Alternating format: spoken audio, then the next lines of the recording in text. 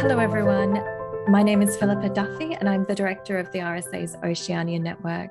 And it's my great pleasure to welcome you to today's event. Before we begin, I would just like to acknowledge the Gubbi Gubbi people as the traditional owners and custodians of the unceded lands from which I'm joining, and to recognise their continuing connection to the land, sea, and skies. This series is a companion to our ReGeneration Rising podcast, which is a collaboration between myself, Josie Warden, who's the head of regenerative design at the RSA, and Dr. Daniel Christian Wahl, author of Designing Regenerative Cultures. He'll be my co-host for today's event.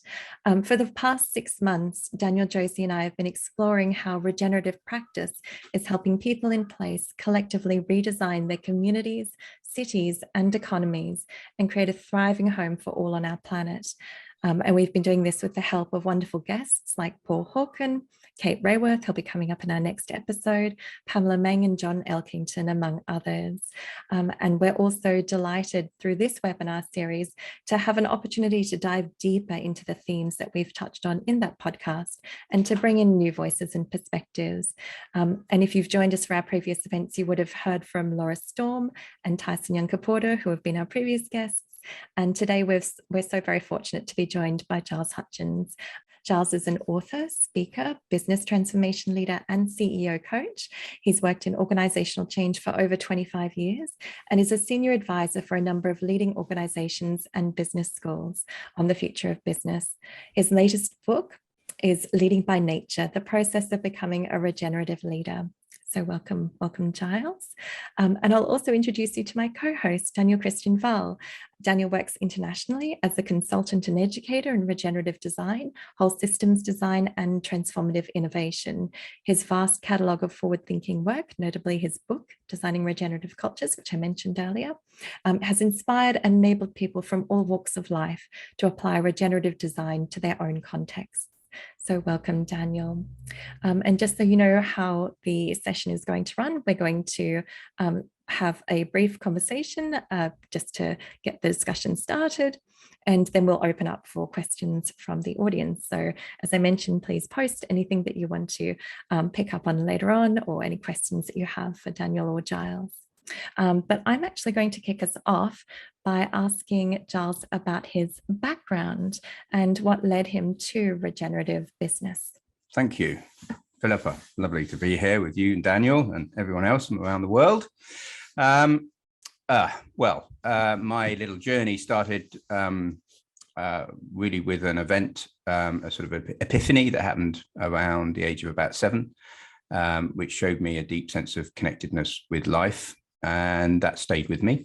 And then in my teenage years, the wheels of civilization fell off for me when I watched some videos about animals being tested on live and in laboratories and so forth.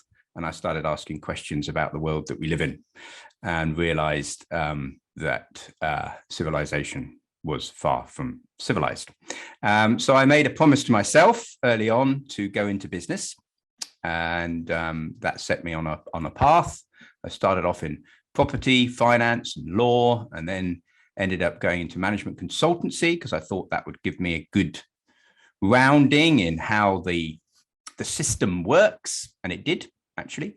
And I ended up running business transformation for KPMG for a number of years. At the time, KPMG was, the largest or one of the most influential management consultancies. So I kind of got experience in pretty much all sectors and shapes and sizes, businesses, non-profits, for-profits, government, private sector.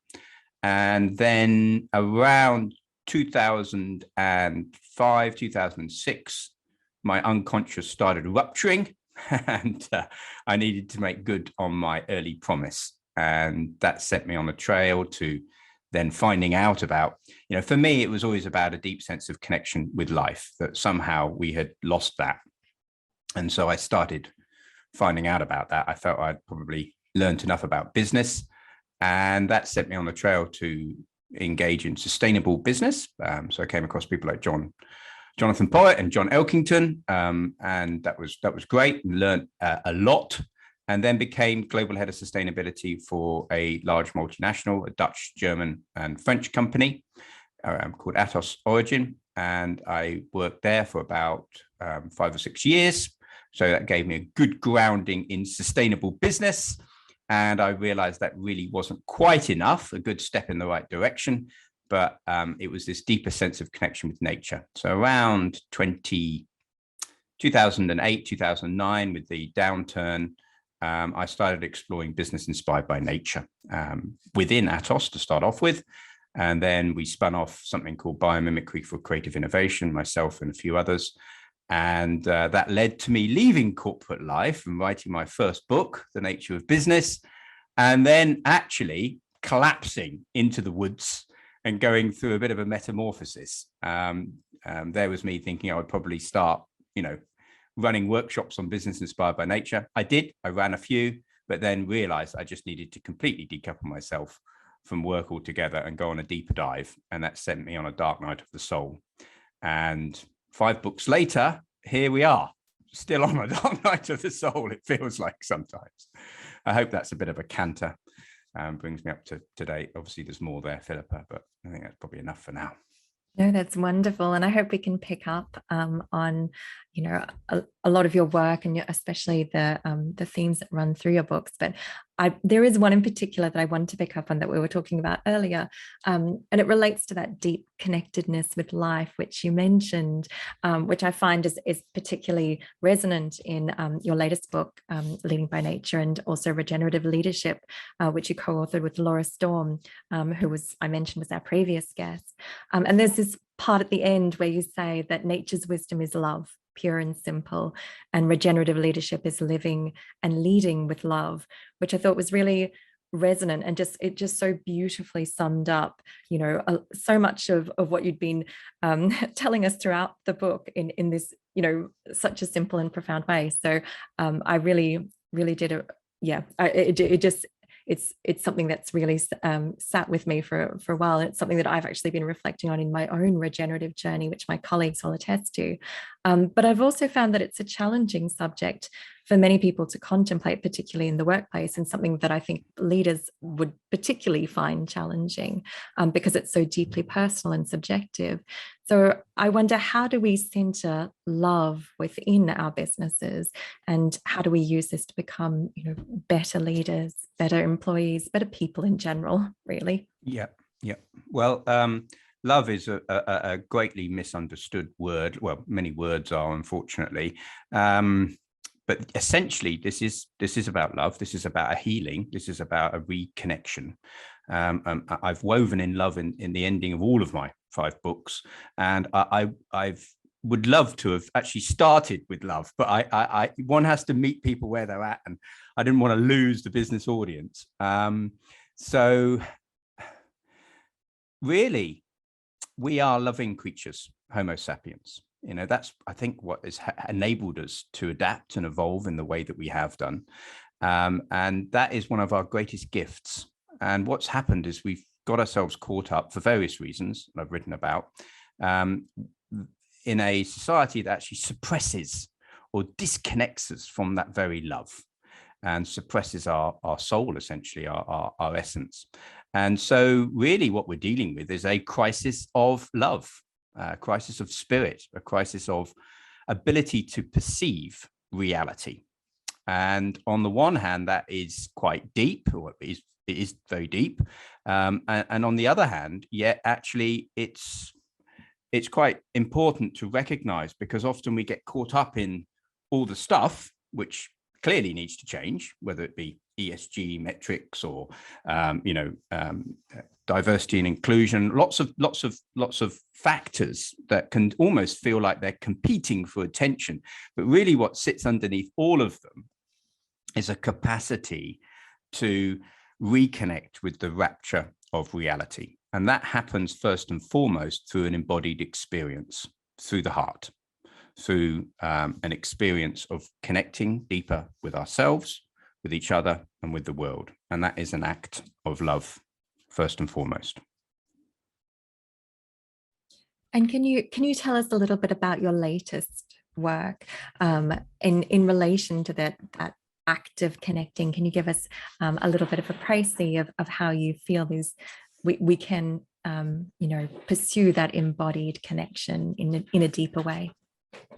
Well, yeah, I mean, I've found, and there are different modalities. I'm not suggesting one is better than the other. There's just different ways. But I've found in my own life that a reconnection with nature is powerful, and that actually it's quite a psychologically safe yet challenging environment for the ego, for the psyche to open into deeper love, into our deeper nature, into the field, into the interconnectedness of life.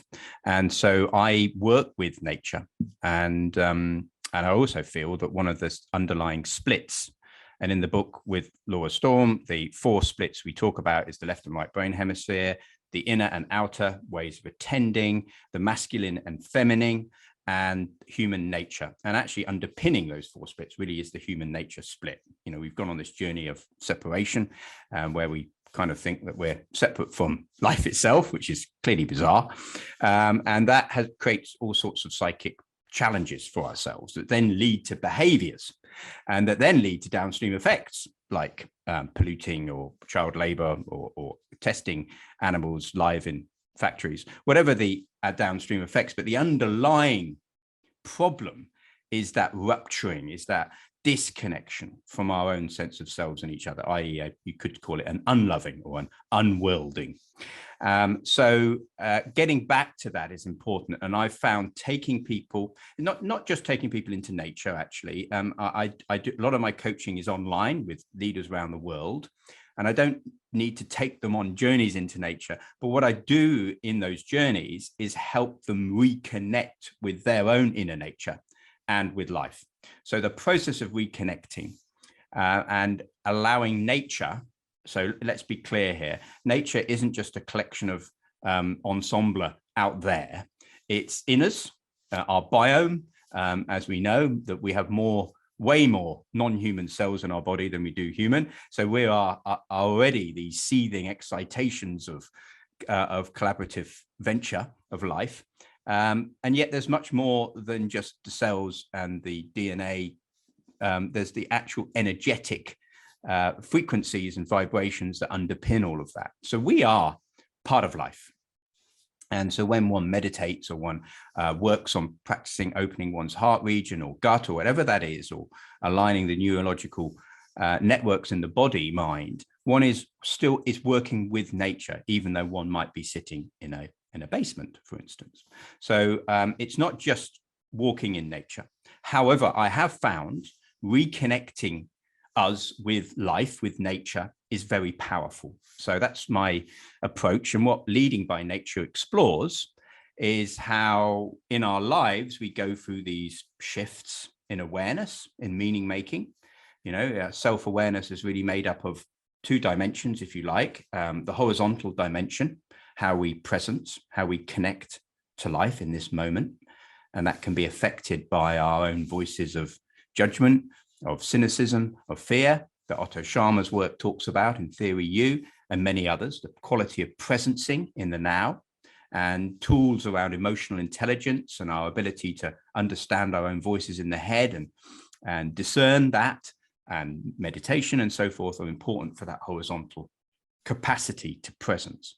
But then there's the vertical capacity, which is often sometimes overlooked when we talk about human development. And that vertical capacity is that lots of studies have shown in leadership and also in adult developmental psychology that we go through these threshold crossings, these moments of shifting our meaning making. And we can allow ourselves to celebrate that, or to become more conscious of those shifts in our ego stage development.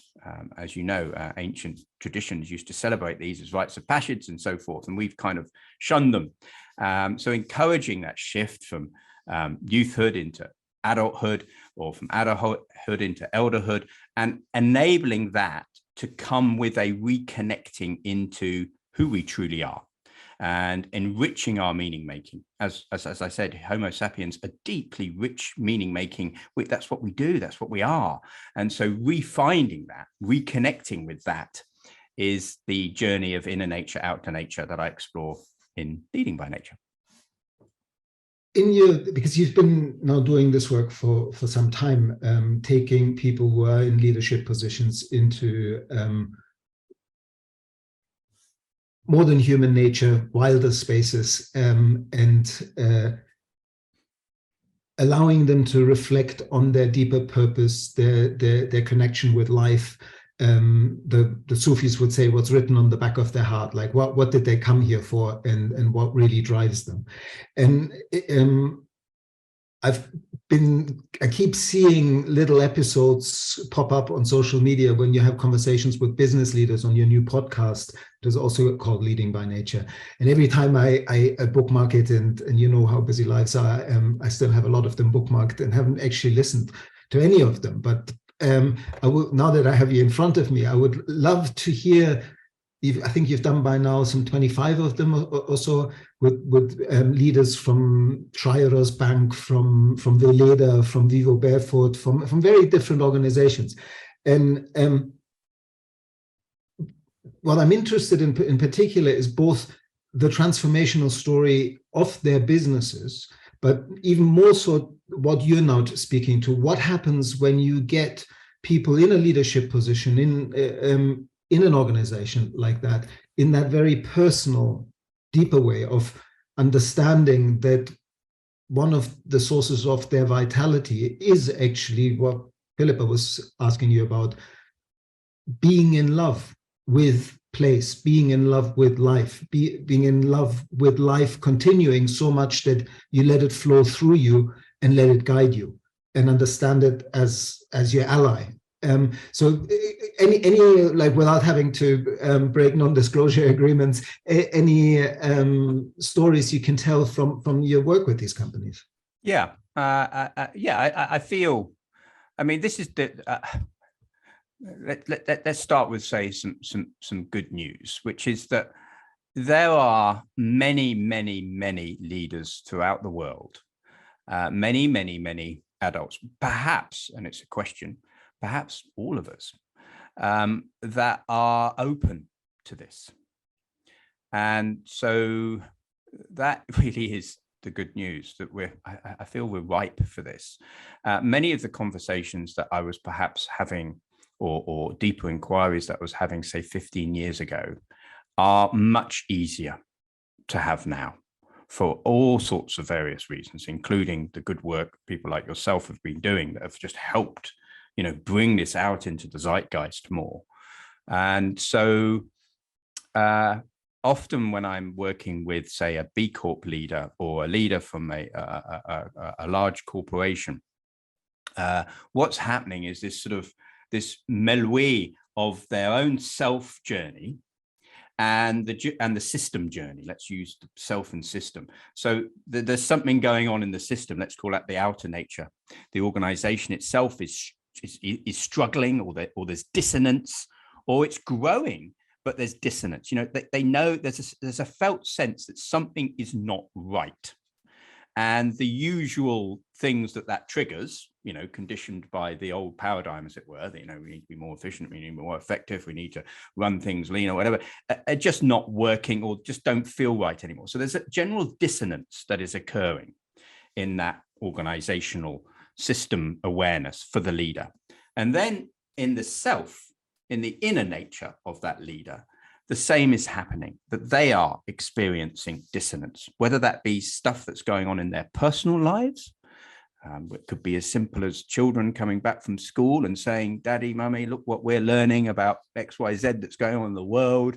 How does your work relate to this? Or did you know about this?" And so forth. Because in my day, when I came running back from school and talked about animals tested in a laboratory, it was almost like, well, what's that? Don't get distracted, sort of thing. Whereas now it's kind of it's there more. I think people are asking questions, or whether it be them themselves questioning, going, "Is this what I'm doing? Is this really enough? What's being asked of me?" And I think people are having these deeper questions, which is great, because of course we used to, as you know, in indigenous societies, people would regularly have these questions and hold these questions, and yet often these busy business minds, and this is what I found when working in the really intense environments of business, that these are brilliant people that are not trying to ruin the planet or trying to create a society that is selfish. They are brilliant people that are just focused in and caught up in something, and often don't have time to look out of that. And what seems to be happening now is that is permeating for all sorts of reasons. And so they're starting to question. And so the combination of that dissonance in the system and the dissonance in their self is the opening, as you were, or the beginning of the departure, separation, return, shamanic journey, if you like. You know, it's the beginning of a quest. And so what often happens, and whether that's synchronicity or whether that's just, I don't know, or people just listening to the podcast, reading the books, people come to me, and then I usually unpack quite early on. That's usually they come to me and, you know, can you help fix our business, or can you help, or and it's quite horizontal when they talk, you know, the problems. But what I find is quite quickly we start recognizing, oh, hang on a minute, actually what we're really interested in is this vertical. How do we shift? And one of the key things that I have learned works, and this relates to Pamela Mang's work and to all sorts of other people's work really, is the capacity to start sensing that organization actually as a living system with its own underlying essence, its own underlying evolutionary potential. And that's quite a shift actually for people. You know, it's like, well, yeah, okay, kind of get that, but what does that really mean? You know, how does that change the way I lead? And taking them on that journey is, again, both a self-awareness journey. What does that mean for me? How am I viewing myself?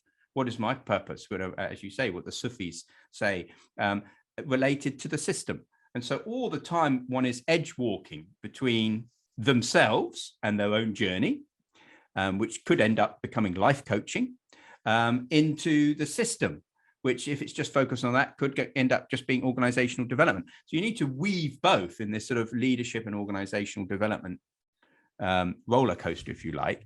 And in that process, sorry.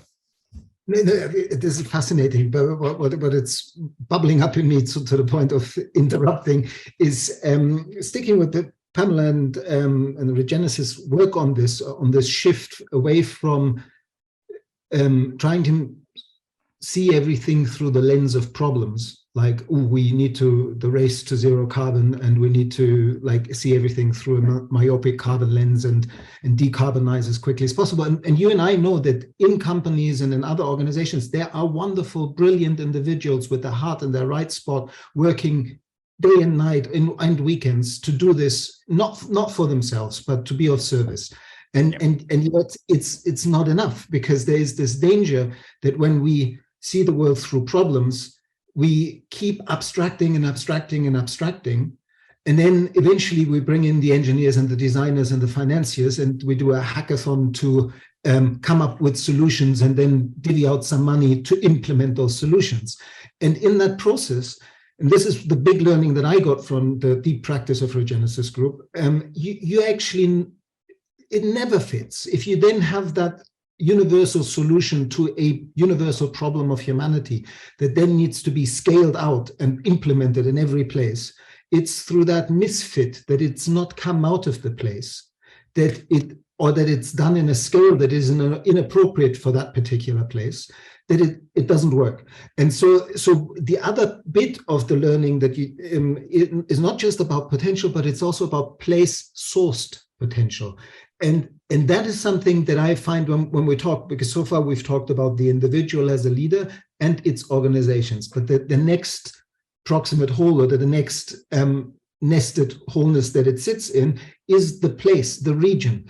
And unfortunately, all businesses today, the businesses that you deal with, live and have to operate in a playing field that has been globalized in the 90s. And is all about large global supply chains and dependencies. And what used to be normal, what was the backbone of the German industry, medium-sized, very good at what they're doing, family businesses who employed people in the region for the region, sold brilliant pumps in their region and maybe in Germany, and every now and then somebody internationally would say, these German pumps are really good, we should get one. but they all went global as well. And so how do we, where does this show up with the business leaders you work with, that they're actually on a rigged playing field? Even if they could do a course with John Fullerton and understand principles of regenerative economics and say, well, this whole growth paradigm and needing to drive GDP up is just ludicrous. We're still in that system, and the system is still, the rules run as a win-lose game, not a win-win game. And so how do companies overcome that? That even if the business leader gets it, the company and the team say, yeah, let's do it, there's a glass ceiling. Well, there's two. Well, you're getting right into the heart of the whole thing now, and I have to say, it's always exciting being with you, Daniel. So I love the energy. And if I may, there's two very important threads there, and I want to just sort of discern them for a little moment there, because the first thread was around the whole, recognizing that we don't just design things and then plonk them in. We need to actually start working with the system. And then the second was around place and the role of transnationals and so forth. They're both quite fundamental. So if I just start with the first one, because I think there's probably links in, I've been doing some contributing to some consortia of different players, so public, private initiatives, voluntary design agencies, so forth, looking at systems change. And the intention in these different projects, as you said, is good. There's no doubt about it. These are good people trying to move towards regenerative futures, and I mean that. Not just sustainable futures, actually trying to be okay. But the reality is, the challenge is that we are so inured in what we might call mechanistic materialism, in a rationalistic way of attending, of breaking things down into parts. We have it in our own capacity in the left brain hemisphere, the reductive tendency, that we need the project plan. We need to divvy up who's doing what. We need to, and there's good reasons for that. And so all the time we have to be challenging ourselves, which can be unnerving, to constantly go, yeah, this is good, but how is this relating to an emergent system, to an emergent phenomena? So there's a continuous needing to realign, to become regenerative, truly, in that point, to constantly think of essence, to constantly think of evolutionary potential, and so forth. And this is where place comes in. Place is then not another complexity to add in. Place becomes the answer, becomes the insight. Because then when we connect to that place, let's give an example, group of consortia looking at smart mobility across a region of the world, getting caught up in apps and people having to go on buses and, track and trace. And you start thinking, hang on a minute, is this the kind of world we're moving towards? But it's coming from a good place of carbon and so forth. But actually, when you go into place and tune into a particular village, a fishing village on the coast of Norway, whatever it is, and you tune in and you start working with the people there and identifying the key areas of insight and, where the community leaders are. And then the designers are starting to come alive. They're starting to go into the system. And then it's quite different. As long as there is the framework, and this is where usually things go wrong. There's been investment consortia, there's research grants, there's all of which is set up to be quite linear, with outputs and milestones, and you're responsible for this and that. And we need to work within that. We are bridging two worlds. We can't just go, oh, throw that all out, let's just become emergent. That's not going to work. You need to be able to cope in that system whilst allowing the insights of working with place to start coming out. And that requires a level of maturity with the key people in those stakeholder groups. And that's where my work, that's what I do, is help those key people get it in a certain level. They may not have to fully get it, but get it to a certain level that there's a level of freedom that allows people to adapt. Now, if I may, I would like to quote Václav Havel. You will know I posted it and it's come from your book, which is excellent, by the way, Daniel. I wrote a lovely review for your book, and has stood the test of time, which is always a good thing for any book. And to quote him, because I think it speaks to this theme very strongly. He says essentially, for a new way, a lasting change, we need a fundamental reconstitution of our relationship with life. This is not something to be designed like a new car. It must be, above all, an expression of life in the process of transforming itself. A better system will not automatically ensure a better life. In fact, the opposite is true. Only by creating a better life can a better system be developed. So this is the interesting thing. This reconstituting of our relationality with reality is what we're exploring. And so often we get caught up in redesigning first and foremost. You know, we want to fix things because we got so used to being hammers and tools and screwdrivers. And this is where place comes in. Connecting back to place can allow us to reconstitute that relationality with reality. Yeah. Absolutely. What, on a very personal level, over the years since in 2016 Designing Regenerative Cultures came out, and now all the things that have happened, the pandemic, the flare up of kind of geopolitical bloc thinking again that some of us had hoped we left in the last century.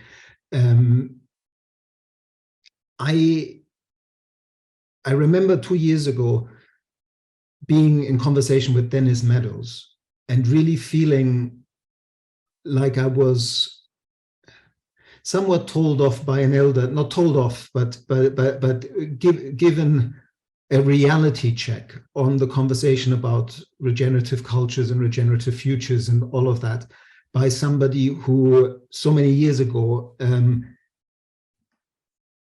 from a scientific perspective, already sounded the warning that this current industrial growth society was running against the wall. And we're now 50 years on, and we're still operating on a basis that somehow, just by tweaking the system and making things a bit better, and there are now hundreds of people out there who have confused net positive with regenerative, who think that a little bit of accompany overall showing that they have more positive than negative impact is already enough. And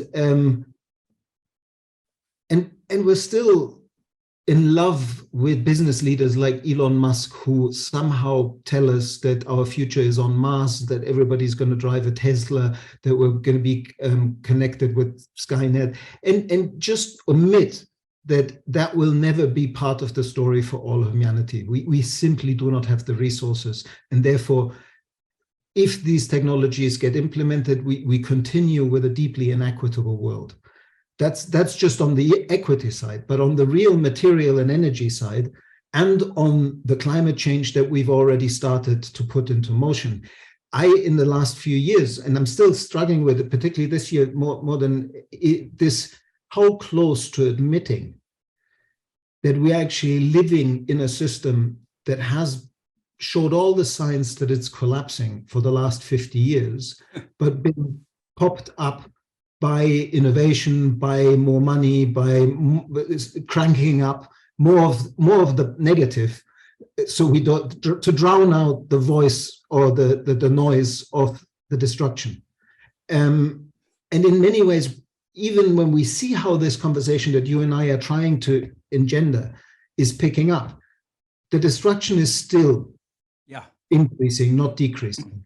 And is there not a point where, like, I look at all these businesses that you interviewed, and they're all wonderful companies really trying to make a difference. And then I'm kind of going, but what if the entire playing field will be so fundamentally different? And this need to regionalize, to fall back into life's pattern of creating conditions conducive to life, to remember that regenerative cultures are not some kind of utopia in the future, but a returning, as you said in the beginning, a returning to patterns that are deeply in us. As human beings, we can be regenerative because we've never been anything but part of nature, and everything we do affects everything. And once we take responsibility for that, we act differently. All wonderful, but it's 1:25, not 5:12. And where do you sit with this? Because we're both in the same business. You do it much more effectively with business leaders, but we're both in this bridge building business between people that want to walk into a new way of being with life as life. But we also know that the time has been up for a long time. And how do you sit with that kind of tension? Well, every moment. What I'm getting to in mind here is a sort of weaving between radical and incremental sort of thing, and we'll talk about both. I think radical can be misunderstood first and foremost. It can be almost like, you have to throw the toys out the pram and then sort of well, no, radical is about getting to the root of things, and the root problem here is our way in which we perceive reality. And the way we're connecting with ourselves and with each other. So let's attend to that. So when I work with senior leaders, and why I work with senior leaders, one, because it's part of my dharma this time round, but two, because those individuals, when they really get it, and it's an unfielding back, it's not like an adding, it's not like they've learned something, it's just a reconnecting. Then what they can do with these organizations is actually start bringing in value propositions that aren't just about net positive, but they're actually truly about trying to manifest a new future. So there is let's take Vivo Barefoot, for instance, one of the companies I interviewed. I'm not breaching any client confidence here. We very early on, we talked about, yes, well, you're producing shoes, and that's great. And we can look at how we make those shoes more sustainable by using, biomimicry, algae and seaweed and so forth. And we can also then talk about how you invest in initiatives around the world and help innovation that helps shift this. So however, actually what we really need is we need to shift people's minds. We need to help get people working more regeneratively. And how are shoes doing that? Or how can we think beyond the shoe? And so investing in value propositions, as they now do, and they've scaled and brought out globally just over the last 2 years, what they call V-Health, a platform that enables, educates, or engages and coaches people about connecting more deeply with nature, about exploring their own health and well-being, and how they can connect with their own local communities and find people in their local areas. They've been working with the indigenous communities in Africa to start re-enlivening some of those ancient principles about how we walk the earth and our connection with life. So things like that make the hairs on the back of my neck stand. And that's come from business leaders in that organization really getting it and being courageous, because they're not doing that for the bottom line. Now, if it doesn't help the top line and bottom line, if it doesn't help the business become viable, then, we're back into philanthropy again. So it needs to at least still operate in the existing system, even if we disagree with some of the fundamentals of the existing system. So this is the edge walking that they have to do. However, there's a whole wealth of exploration that one can do about shifting from products to services to community participation to placemaking to re-engaging, that the business mind, the entrepreneurial mind, can engage in. So that is massive. There's a whole potential there. And people like Elon Musk, quite frankly, should be using their environmental, their entrepreneurial insight to really come up with solutions that are helping move us towards regenerative futures. And then the business mind actually gets behind that. Then there's the idea of incremental. Now, incremental on the one hand, we both know is just like, what are we doing? Why are we just sweating the assets of a dying beast? That's just pointless. On the other hand, let's be clear here. Small steps of change done with great intention. Buckminster Fuller in your work, and you've quoted trim tabs as part of ReGeneration Rising. When we engage in small shifts with great intention and integrity, that can make a real change. And so sometimes we don't have to be caught up in the truly radical. We can, as well as doing those shifts around value proposition, also make small changes. The way I show up in the workplace, Charles Eisenstein talks about this, the way I look after and care for someone in the local community, the way I engage through what I buy, all of these are incremental but important integrity steps that help shift the system. The way I engage with someone in the shops, That's part of it as well. So otherwise we can get caught up in the massive system change. So it's both, if that makes sense. I'm conscious that we are 50 minutes in and it's time to bring in some audience questions. We've got one here from Emily, but I'm keen to get some more perspectives. So if you have any burning questions for Giles or for Daniel, please feel free to post them in the chat, and we'll come to them next. But I'd like to move to Emily's first, which is, how can we avoid global firms doing regenerative washing in the way that greenwashing has been done around sustainability in the past? Is that for Daniel or for me? For both of you. Happy both for you to start. So I think my first response is we can't. And then my second response is, but we can learn to discern the difference. I feel if we go down the road of regulation and stopping, and then we're actually bringing in yesterday's consciousness, the mechanistic materialism that created the problems in the first place. So yes, we can have reporting that is more insightful. Yes, we can have people more aware, whether it be the people involved with those companies, so they can really find out and go, hang on a minute, what's going on? But that comes through a general level of just awareness or education, if you like. And so I think it's more important to bake in the system the consciousness that allows us to start policing ourselves, as it were, rather than building a new police structure. I can see the advantage of an Orwellian future where we track and trace everything. But I also like us all to become more conscious so that we help. And let's not point out, it's very easy to judge. I just want to add in here, to almost other. And that comes from yesterday's consciousness as well. And that creeps in. And I'm not saying, we all do it. It's a part of, we've been sort of almost educated in it. And so when a company is, let's call it regenerative washing, regenerative rinsing, something like that, then we could judge them. We could immediately go into, this is crap, you're bad. And well, hang on a minute, let's start with empathy. What's going on there? What's the intent? Why are they doing that? Are they purely doing that just to try and exploit? Or is there actually some underlying good intent there that's just got mixed up along the way? And how can we work with that? So that's not about pacifying. It's not about putting up with stuff that is clearly wrong. And it's people like Daniel who call out when clearly companies, I saw something that Daniel shared where sort of Amazon and other companies were sort of placed in some bubble with sort of regenerative, which is clearly just not correct.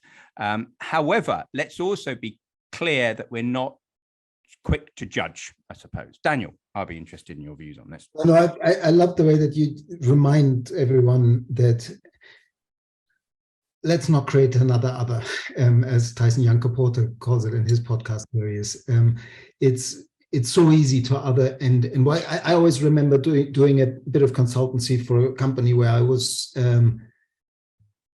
initially quite concerned. I would have, like, there was a old activist part that was back then defining activism as something very much kind of fighting against those evil bastards, that would have never worked with that kind of company. It was a global mining company. Then at some point I learned from a friend of mine in Guy Education that activism is really about what story do I want to activate with the power of my intention and attention today. And that has guided me ever since to a different type of using my life as the gift that it is. And I also agree with you that I think the difference, like, partially useful about this spectrum that Carol Sanford and Bill Reed have developed, this spiral which takes people from business as usual to regenerative, is that the kind of greenwashing or regen washing state is also on the spectrum. It's part of the developmental process, so to speak. And speaking about in another way, it's higher up in a funnel of people doing a learning that they might just use the adjective. But then how do we keep them calling them out for it, or saying, well, okay, you got to using the adjective and you now filling old wine into new wineskins. Can we go beyond that? Like, honestly, you also don't really want to be called out for this. So how can we take that conversation deeper and further? And then you in this work that I did with a global mining company, it's a wonderful team that was pulled together.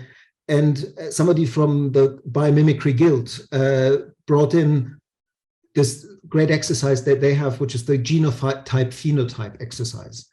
And that's a great way of, when you engage with a company like that, to say, wait a minute, even if your entire business model and the scale at which you're operating in the industry you're in is currently part of the degenerative system, you have human beings who care about their family and their communities in your company, and they all have skills.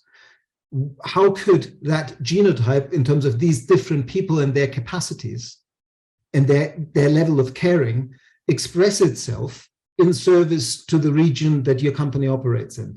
And then suddenly you're really inviting those companies to see what else they could do with the human potential that they have in them. And I also, but it's such a fine line, as you know, Giles, from your work. Like, to keep in my own integrity, I never, like, when I hear myself think what so many consultants say out loud, well, I couldn't take my client there yet, otherwise I'd lose my client. I've made a promise to myself that that's a signal that I need to name it and not care whether I lose the client. But there's skillful means. Some people say, I won't name it now, I'll name it next year, I'll take them there. Yep. But I just like calling a spade, and I found it very helpful, even if it sometimes has disengaged me with corporate clients. But I never do so in a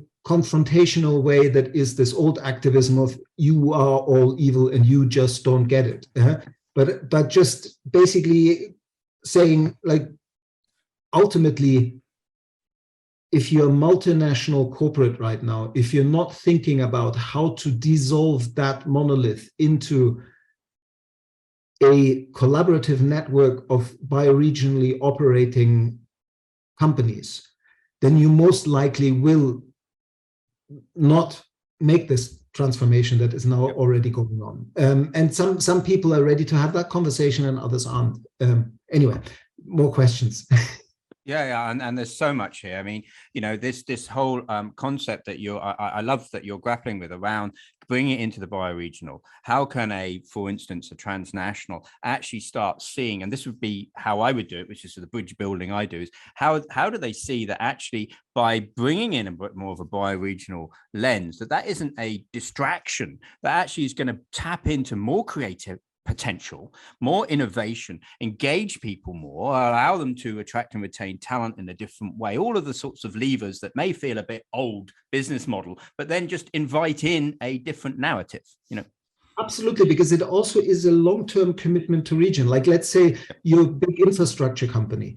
You can chase any job in any major big city in the world that somebody's offering you, or you can make a more wise decision and say, we operate in 12, 15, 20 bioregions in 5 continents, but we have local teams that we will grow over the next 25, 30 years to be experts in understanding that region. So when we've built, initially it might have been the new airport, we actually, through that process, built our own capacity to learn that place and know its people, to the point that if they then want to build a renewable energy infrastructure, we're their partner.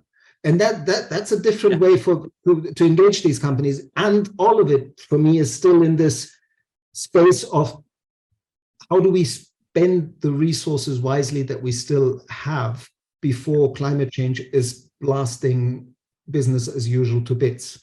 And there, it's even with the re-regionalization, we need to have the conversation about what is the reduced use of technology, the wiser use of technology that would enable us to have a good way of living equitably all around the planet in this bioregionally but globally collaborative way. And that it requires a level of maturity of humanity that I'm at the moment a little bit negative about knowing whether we're going to get there. To really be so technophilic, to really think like, could we use the resources and the energy and technology we have more wisely in a much more moderate way, but in such a way that it enabled people to be more bioregional? And what is the global trade of minerals and so on and so forth, and the more centralized production that will still be necessary? Like, rather than make it a conversation of swinging the pendulum from one extreme to the other, is to be nuanced and discerning. How do we need these mining companies to enable us to make that transition? That's a tricky one. Well, a lot of this is about power, and we know where power and control stems from.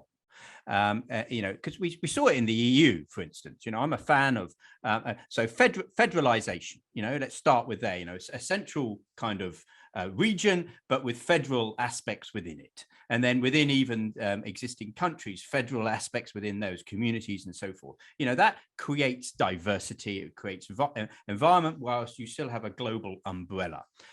It fell down in the EU, or it was challenging sometimes in the EU when it became too bureaucratic, too top down, too power and control. The same happens with transnationals, and I'm working with a couple at the moment that are very interesting. On the one hand, there's a lot of stuff that they're doing where you feel, gosh, this is a little bit old school, and yet there's some real cracks of really interesting stuff going on around regenerative agriculture, around working at the community, around working, some very interesting things. So it's kind of, you have to keep on following the white rabbit, as it were.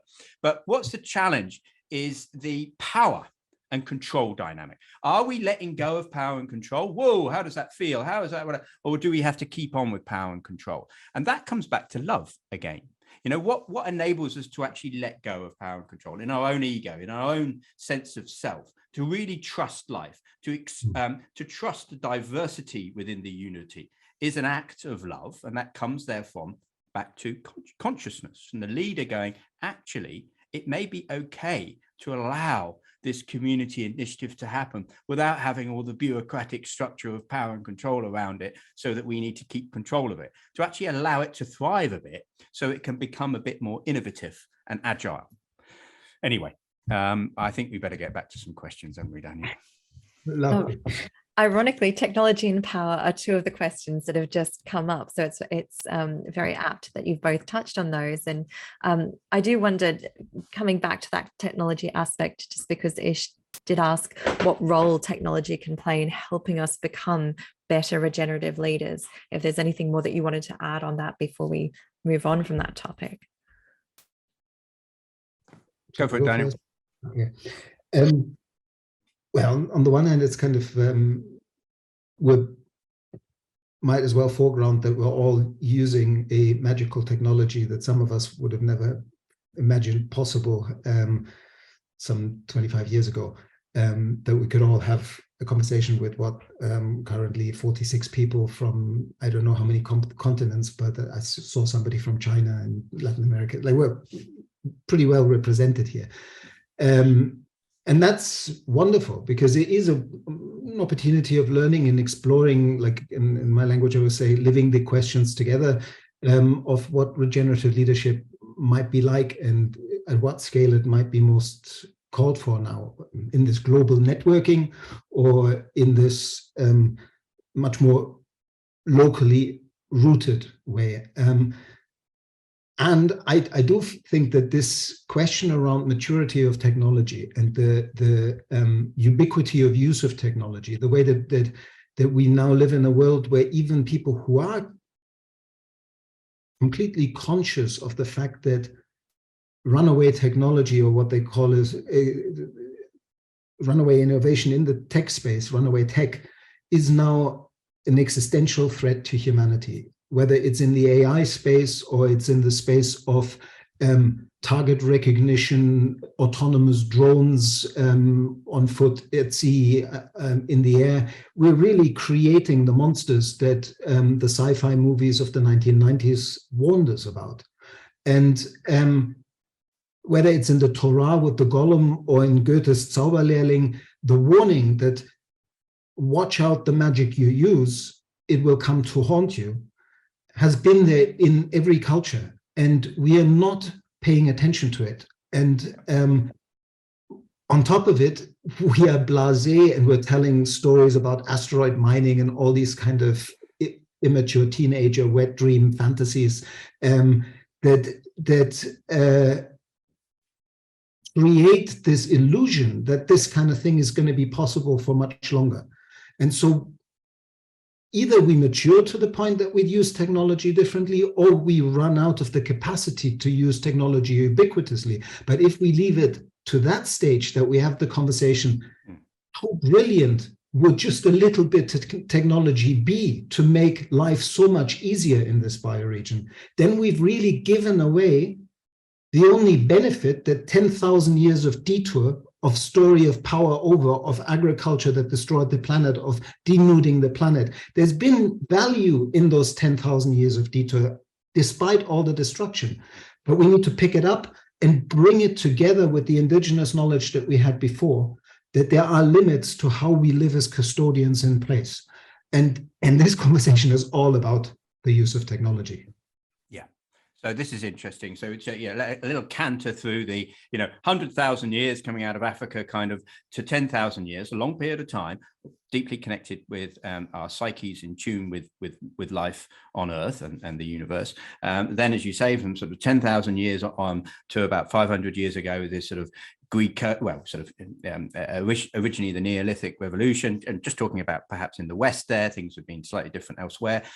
This rising sense of separation, but still a sense of connectedness in the Greco-Roman and even Christian era, medieval time, still that sense of connectedness, and then a really rising sense of separation from about 500 years onwards with the age of reason, the scientific revolution, industrial revolution, and that has really became the new god, became mechanistic materialism, which really created this sort of twisting of the psyche out of nature. With that comes psychic atrophy, with that comes a sense of separation, and therefore a need almost to grasp onto things more, technology being one of those things. We need to fix, we need to solve, we need power, we need control, we need to dominate, and that becomes very prevalent. We're at this point now, and let's call it a sort of moment of metamorphosis, where, and people like Joseph Campbell say, things need to get very dark before we see the light. So it's almost like the darkening of the light. Perhaps, we're getting to a point now of, as you say, things have just got worse essentially,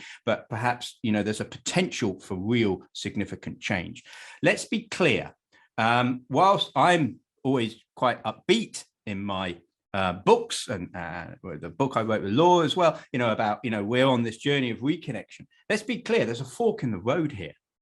And one of those forks is off continuing into heightened separation. And you read about it, people investing billions in Second Life, or whatever they call it now, reality world, and that we can be on the beach in this reality world with our headsets, and then we can, and you're thinking, wait, so we're spinning off into this deeper techno sphere of being just separate, caught up in our own ego consciousness.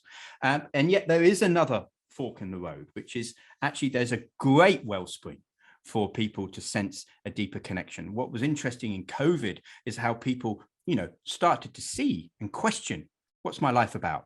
Why am I doing the work I'm doing?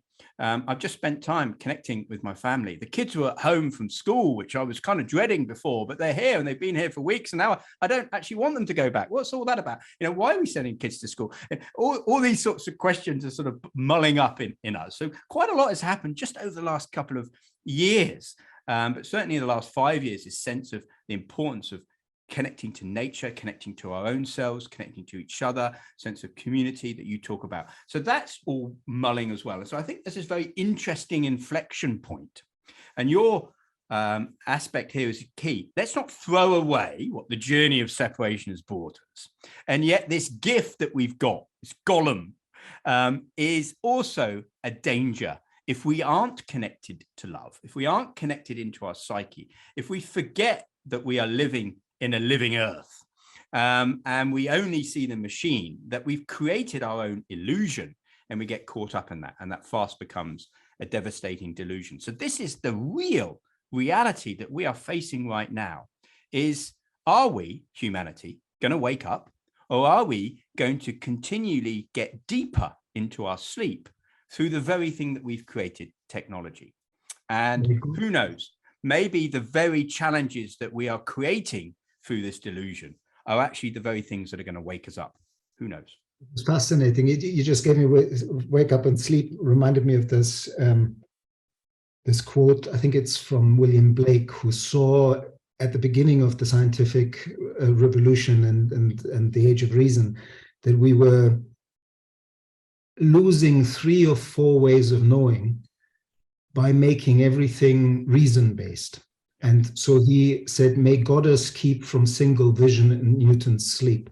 Newton's sleep, and he spoke about different ways of seeing vision, and Jung picked that up later and called it different ways of knowing, sensing, feeling, and intuiting, and thinking. And we have created a world based on the thinking mind. And even the question about AI and how to use AI usefully, and the way that we're sort of enthralled by AI, and ultimately even to the point that we have a narrative, or there is a narrative out there now. We've clearly shown that we can't think systemically enough and don't hold the data enough. So none of us is going to be able to solve this mega complex, wicked problem. We better throw AI at it because it can crunch the data.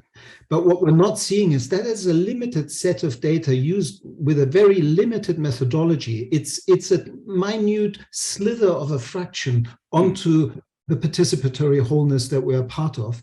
And it distorts as well as being powerful. Science distorts and it's powerful. And so if we remember what you're saying, we need to come back to this deep connection to life, then here's a question.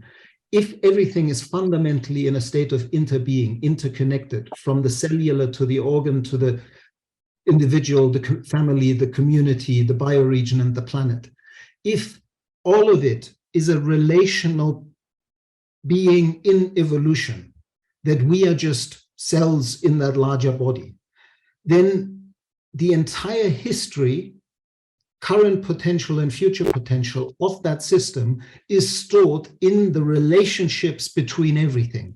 Yeah.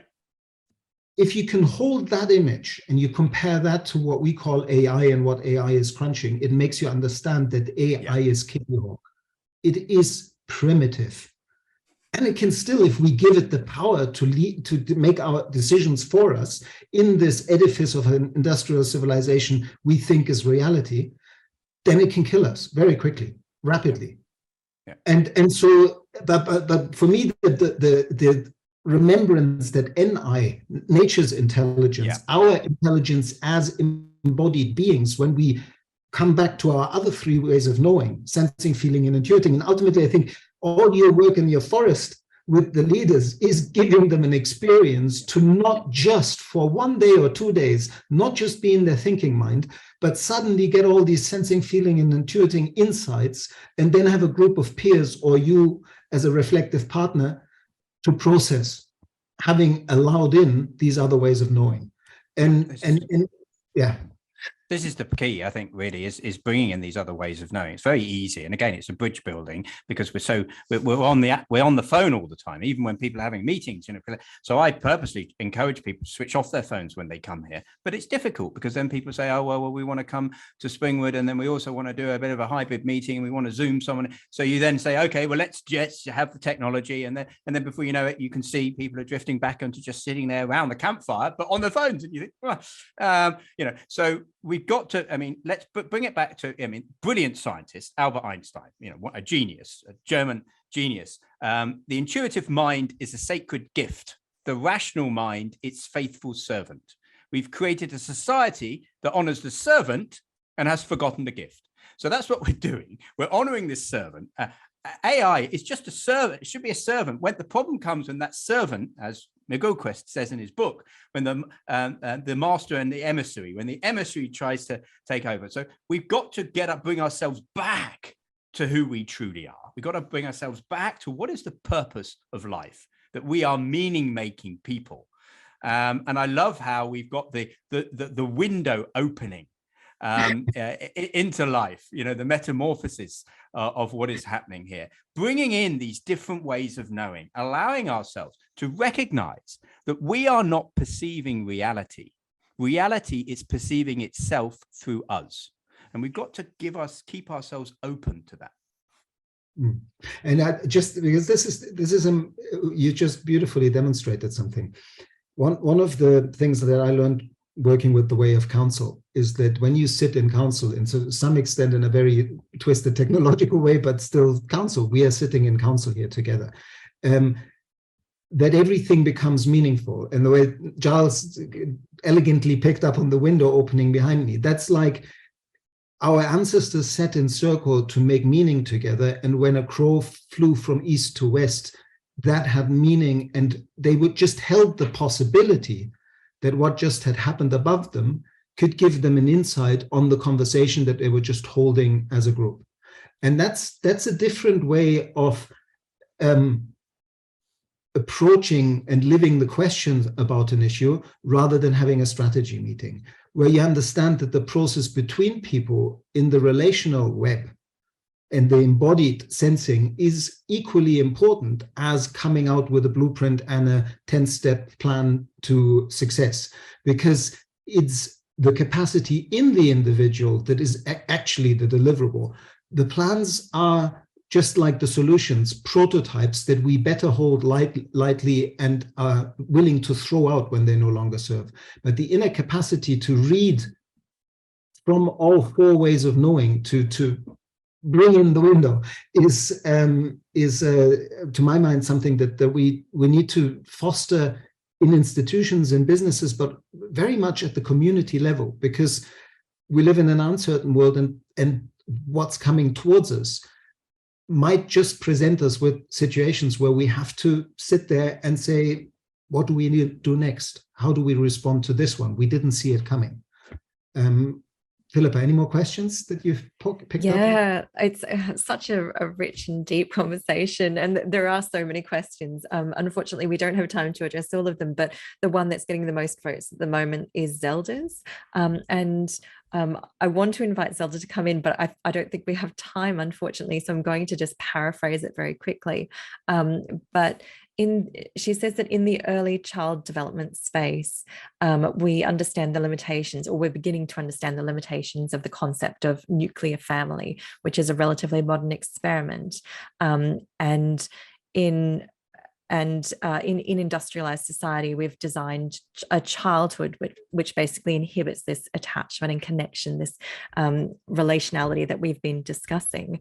And she wants to know if either of you have any reflections on the role of regenerative families and helping next generations regenerate from a lens of connection and love. Oof. Wow. Yeah, well, I'll just say something, but I want you to dive in, because I think this relates to community.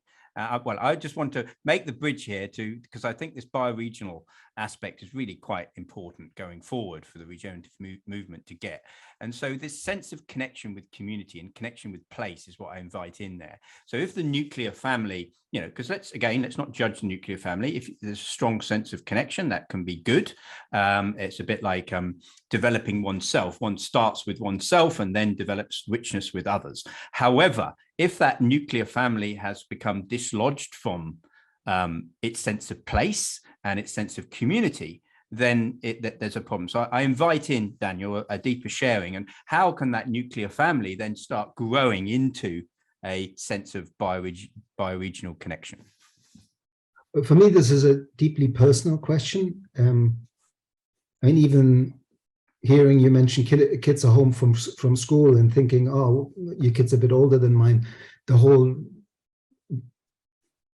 system of boarding school, being away from parents and so on, and seeing how my daughter is 5 years old, how the system is on the one hand therefore to somehow inculture people, like make them learn the culture that they have to live in, as dysfunctional as it is. But at the same time, how are we not perpetuating the problem if what we're actually teaching them is to fit into a culture that is deeply dysfunctional? And how do you, with still playing in that playing field as the breadwinners for those families, how do you then respond as a parent to this? Oh yeah, I just pay for more and more fancy private schools, and then for the people that fix the mistakes that the private schools are making, and that's then for the few privileged. So I think what you were pointing towards is like this, the famous sentence, it takes a community to raise a child, is what which is also what the question is referring to. Like, we used to raise our kids, first of all, intergenerationally. It was not the generation that bore the kids, but it was the generation before that did the raising and the educating, with the wisdom and the hindsight of more experience in life. It wasn't forced on people they were out hunting and gathering or doing other things in the tribe. It was part of the elders. And it was part of the whole community to keep an eye on all the kids and the kids to educate each other. And how do we create those structures again in an atomized world where everybody's working in a globalized economy? Well, if we regionalize and we make our education something that isn't only the first third of one's life, and then it's a third of work, and then a third of retirement. Fat chance that we're going to get retirement payments, just as a side sentence. But the process of swinging the lens of every individual disciplines of science and knowledge that we've created in our education system to the regional, and say, okay, well, you are a linguist, you are a chemist, you are a biologist or a geologist. Wonderful. And you're an expert in your field. Even better. Tell me more about my region that I didn't know, so I can fall in love with this place even more deeply, because I understand its geology, because I understand its hydrology, because I know which birds come when and when they leave, and what they fertilize and what they eat. Why don't we educate our children in that relationship to place? Because through that, we give them the capacity that every child in the first 110,000 years before agriculture was given. To know thy place in this system also meant to deeply know what's edible, what's not edible, where the water can be found. And this is the important skills to pass on. But the other thing that it also made me think of this question is that I had a very curious email yesterday. I get curious emails all the time, and sometimes they stress me out because I actually try to respond to them, and I'm getting to a point that I can't, simply too many. But this one struck me because the person, his name is Jian KB, and he seems to be an independent scholar in India, put such a powerful line into the what it's about, like the subject line. Simple sentence, but let it really land in you. I'm going to say it twice. Literate cultures learn the word. Illiterate cultures learn worlds. Literate cultures learn the word. Illiterate cultures learn worlds. Wow. For me, that's a wow. For me, that's saying something really deep to this question. What are we doing with forcing, like, I mean, just to be more mindful that the inculturation already starts with the word. In the beginning, there was the word, is in the Bible, and that's also part of the storyline of power over.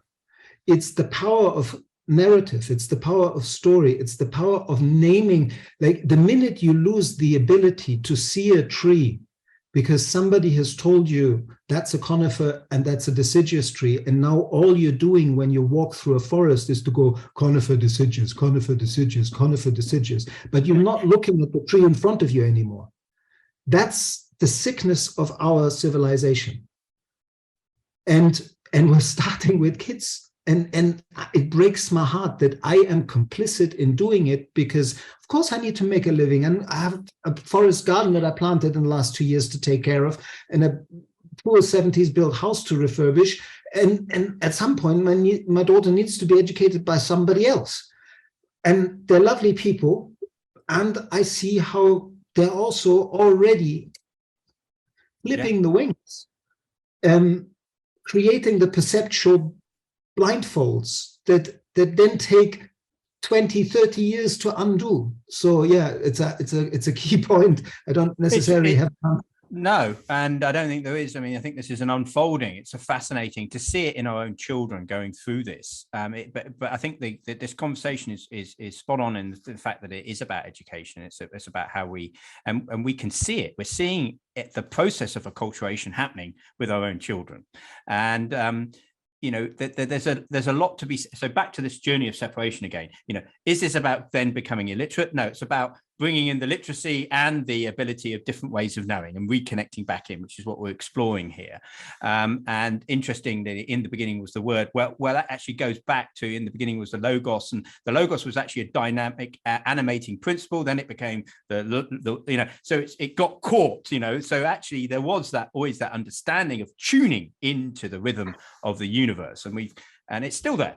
And that's the good news. So there is lots of initiatives. I mean, I've had head teachers here actually on the land, initiatives where we're trying to bring in actually, who was the Prince of Wales, now King Charles, I always still call him Prince of Wales, did lots of initiative around bringing in harmony. His work aligned to children, bringing in the harmonic principles of life, sacred geometry, of nature, biomimicry into schools and teaching those to get people to. And very much his work then became about place. How do we learn about how people make music and how do we learn? You know, you are immediately pushing up against the power structures of it's the same in business, same as going into a corporation. It's the same deal.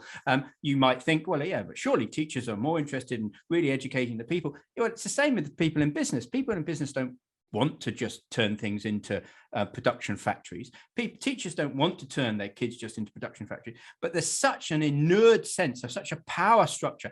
You're pushing against a whole world view. Now, the good news is that worldview is cracking. So there are cracks of light in the educational system. I am heartened when my kids come from primary school and show me the homework, and I think that's interesting. There's some inquiry in there. There's a little bit of Daniel Wahl's approach in his book about how they're teaching and asking questions rather than just coming up with answers. So there's something. You know, I'm not saying it's enough. I'm not saying it's enough. It's not. Quite frankly, the whole thing needs to change. And me and my wife are constantly challenged with: do we homeschool our children? Do we take them on the land? Oh gosh, and it's a tough one because we are, and then there's the judgment around bridging. Well, yeah, but do we take them off into some Steiner bubble and then they can't fit into society? So this is a grappling live inquiry, is all I can say. Absolutely. Wow. We're almost at time. I want to ask you, but there are obviously more questions that we can't address, but I would like to ask you both for some final wrap-up comments. I know you've given us lots of insights today and we're so grateful for your time. But if either of you have any final comments that you would like to share, we'd be really grateful to hear them.